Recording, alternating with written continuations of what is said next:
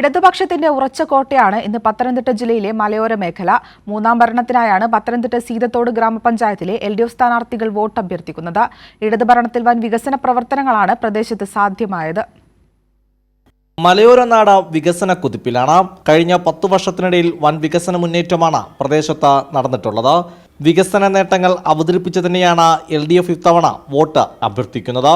Seethathodu ഗുരുനാഥമൺ road BMBC നിലവാരത്തിൽ ആധുനികമായി ഉയർത്തി എന്ന് മാത്രമല്ല, സീതത്തോട് ഉറുമ്പനി റോഡ് ഏതാണ്ട് 30 കോടിയിലടുത്ത് രൂപ മുതൽമുടക്കിക്കൊണ്ട് മനോഹരമാക്കാനുള്ള പ്രവർത്തനങ്ങൾ അന്തിമഘട്ടത്തിലാണ്. ഗവിയിലേക്ക് എത്തുന്ന ടൂറിസ്റ്റുകൾക്ക് കൂടുതൽ അടിസ്ഥാന സൗകര്യം എത്തിക്കാൻ പ്രിയപ്പെട്ട MLA എത്തിനോ ഹബ് എന്നൊരു വലിയ 10 കോടിയുടെ വലിയ പ്രോജക്റ്റ് പഞ്ചായത്തുമായി ചേർന്നുകൊണ്ട് ഇപ്പോൾ പണികൾ അന്തിമഘട്ടത്തിലാണ്.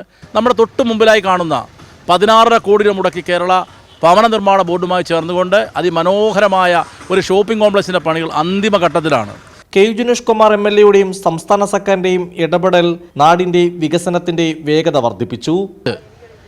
ഈ വർത്തമാന കാലഘട്ടത്തിൽ ഏതാണ്ട് 1000 കോടി രൂപയുടെ വികസനമാണ് കേരളത്തിൽ അധികാരത്തിലിരിക്കുന്ന ഇടതുപക്ഷ ജനാധിപത്യ മുന്നണിയും കോന്നിയുടെ MLA അഡ്വക്കേറ്റ് KU ജിനേഷ് കുമാറുമായി ചേർന്നുകൊണ്ട് ഈ ഗ്രാമപഞ്ചായത്ത് നടപ്പാക്കിക്കൊണ്ടിരിക്കുന്നത്. ഒരു കാലഘട്ടത്തിൽ പത്തനംതിട്ട ജില്ല UDFന്റെ ശക്തി കേന്ദ്രമായിരുന്നു. എന്നാൽ ഇന്ന് ജില്ല ചെങ്കോട്ടയായി മാറി. കൈരളി ന്യൂസ്, പത്തനംതിട്ട.